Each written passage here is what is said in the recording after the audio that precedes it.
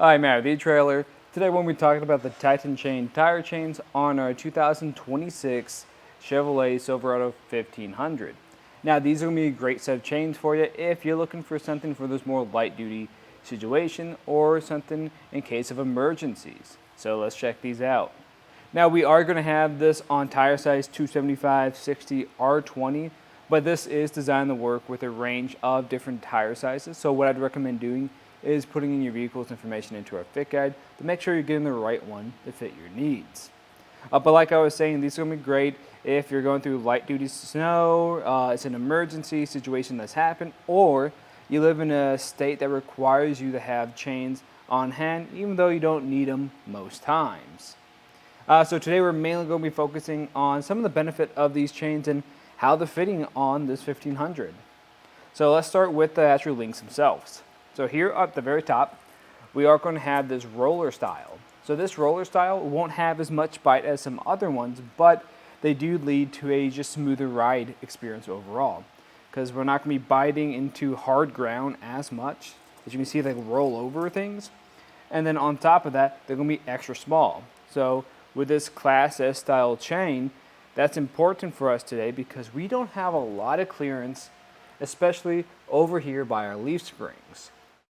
These are going to be ladder pattern. So with this type of pattern, this is going to give you a little bit more traction when you're initially stopping and starting when you're driving around.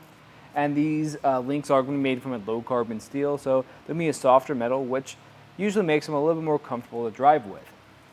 Now when it comes to what they're going to come in, this is going to be a kit of 2 chains, so you're going to have one on each of your rear tires as the manual recommends. And something else that they're going to come in is going to be orange bag. So it's easy to spot, but I will say getting them in here can be a little bit difficult because these chains are a bit springy. And then on top of that, if you use it maybe 4, 5, 6 times, it could start to really tear through this bag because it's going to introduce moisture from that snow, and the links just pressing up against the bag could tear through it eventually. So I'd recommend just investing in a small tote to keep these in so they're just easy to work with. Now, in my opinion, I think this is going to be a solid choice for, again, anyone who's really not getting into a lot of snowy situations. You want to stay legal in your state, but you also just want to be safe just in case you do run into those snowy situations. Now, when it comes to installing them, it's really not too bad. It's only going to be a couple steps. The biggest thing is just taking your time, being a little bit patient, especially when it is snowy outside. But if you are curious to see that process, just stay tuned. We'll walk you through it. To begin the installation, I like to lay everything out, just so we can make sure there's no damages to the links and nothing's tangled up, and we can check if it's in the right orientation. So what I mean by that is when we come over to these chains, we want to make sure that these hooks, they should bend over. We want that to be facing up. Once we've done that, then we can just pick this up from the center and drape it over our tire. Just like this. Make sure to just try to keep this as centered as possible.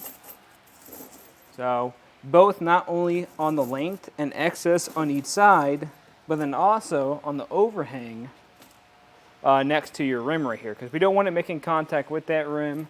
So I'm just going to pull this up some, make sure it's like that all the way across. And once I'm done with that, then we can make some connections on the back side. When you're making these connections back here, first I like to start on the back side because it's a little bit harder if you start with the front and then go to the back. So we do this in this order. We're going to take these blocks that are on the other side, push them through this channel right here, that larger opening. You don't want to get this too tight.